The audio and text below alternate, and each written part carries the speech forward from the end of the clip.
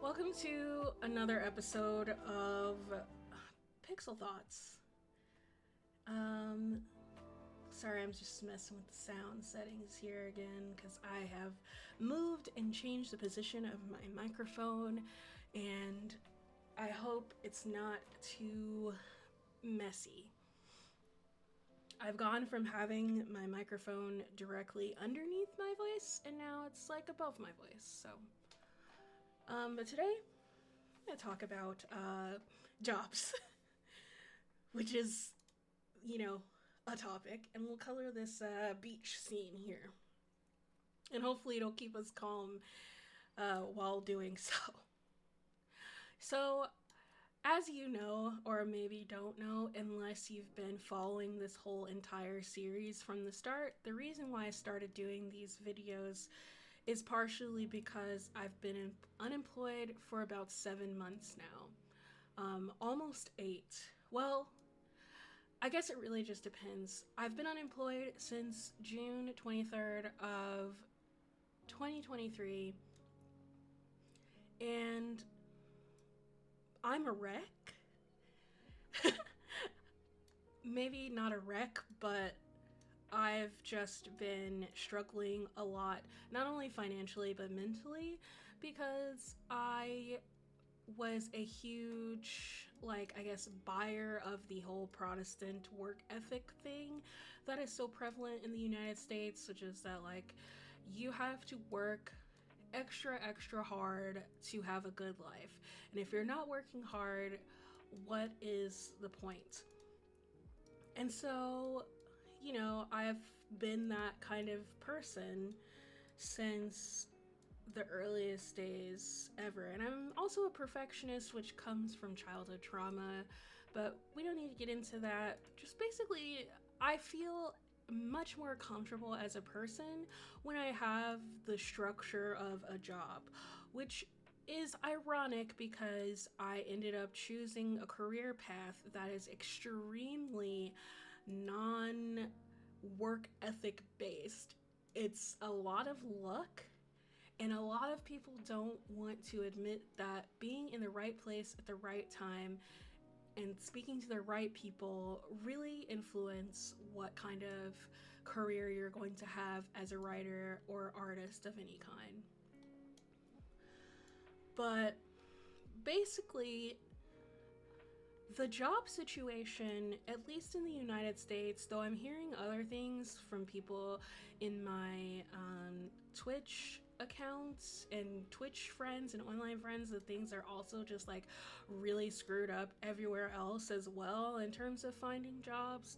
I think I even saw something about there being a bit of a lost generation per se in China in terms of finding employment, but regardless, at least in my situation, I feel like when you are dealing with the United States, when it comes to what is true about the economy versus what is being said to you, it requires a bit of sleuthing. And basically, there are people in power whose entire job is to convince you that everything is fine.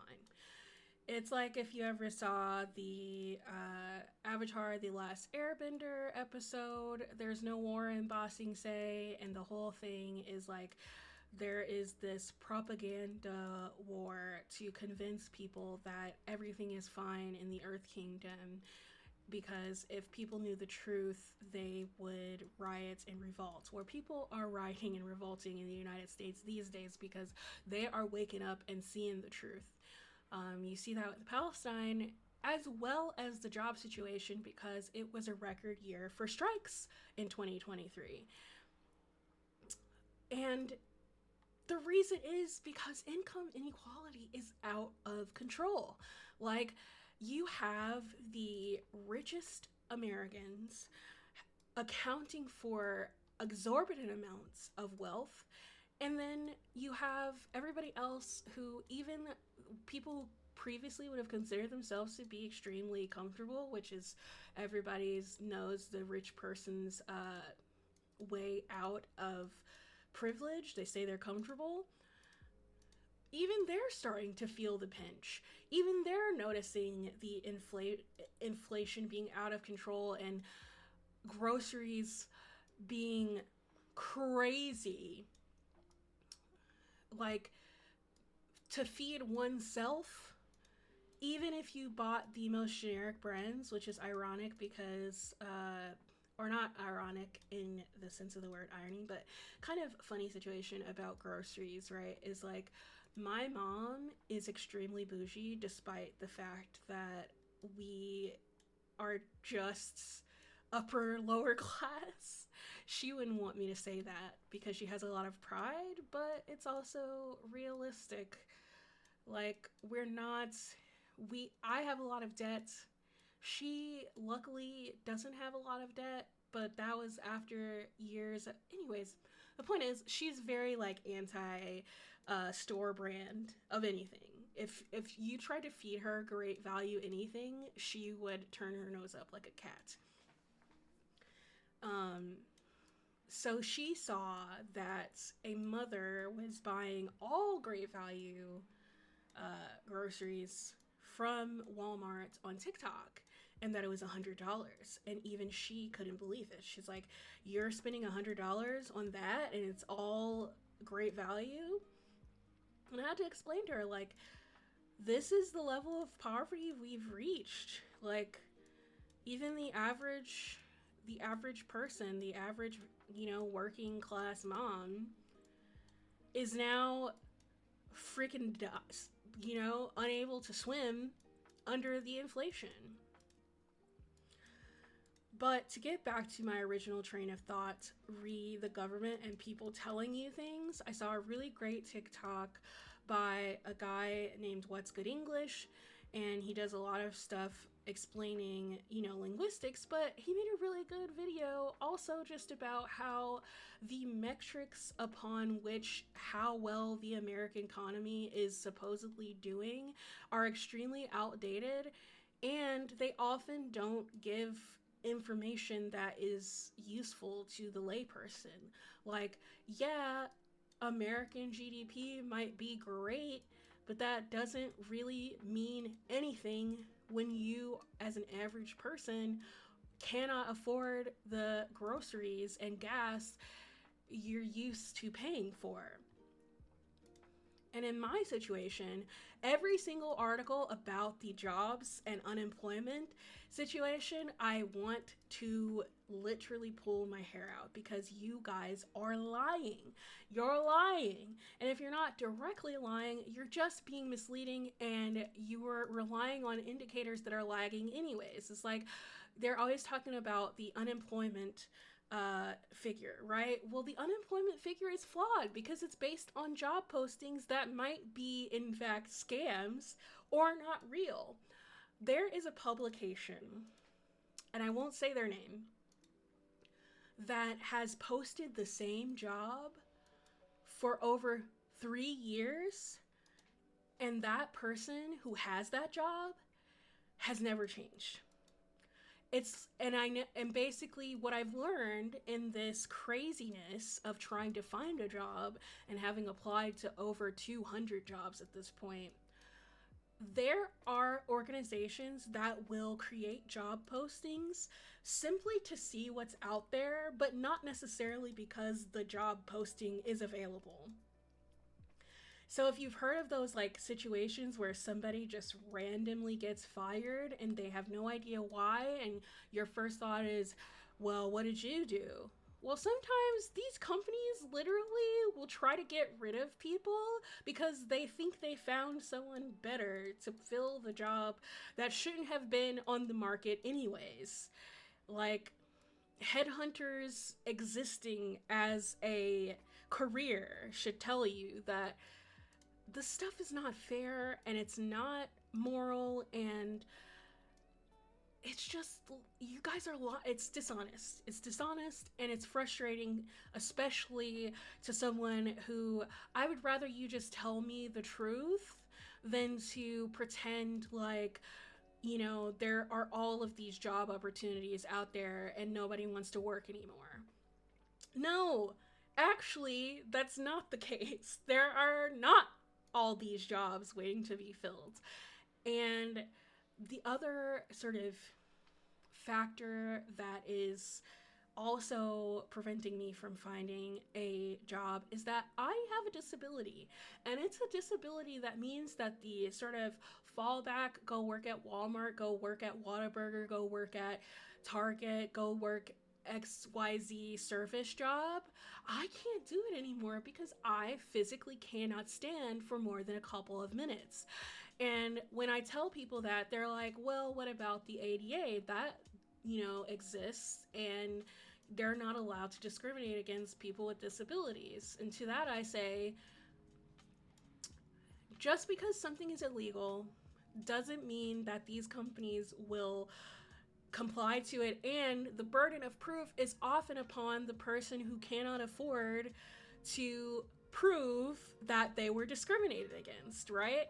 It's like, you want me, a disabled person, to apply for a job and then go and prove that the reason that they chose not to go forward with my application is because I can't stand for 8 hours a day.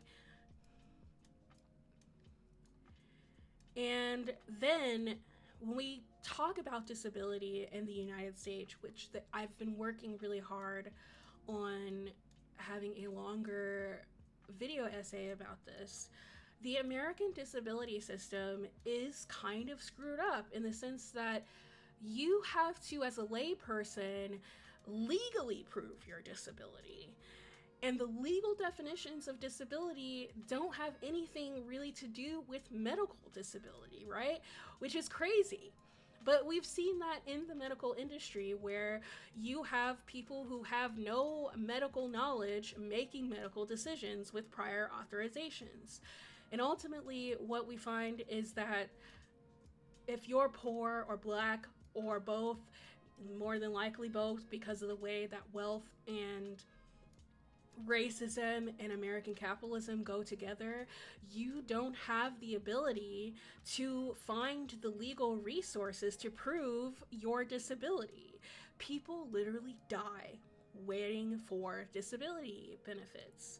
I say all this to say it's not easy to get a job if you have a disability, even if there are legal protections in place, because you're going up against multi-million-dollar corporations usually to prove that they discriminated against you. And that's just disability.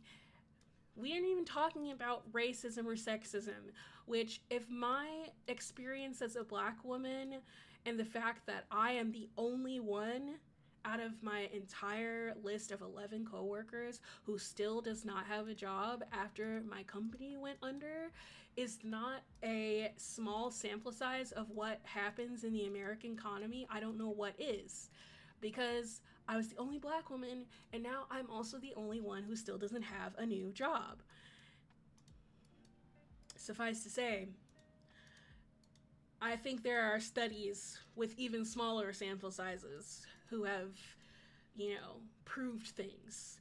But for the sake of the argument, I'm telling you, it's not me. I've done everything that anyone has ever told me to do. I had my resume reviewed by an HR professional, other professionals in my field. I've had my resume reviewed by freaking AI to get through the stupid, systems that are in place now that are fielding out resumes, because let's just face it, every HR professional is underwater because everyone is unemployed and trying to get a job.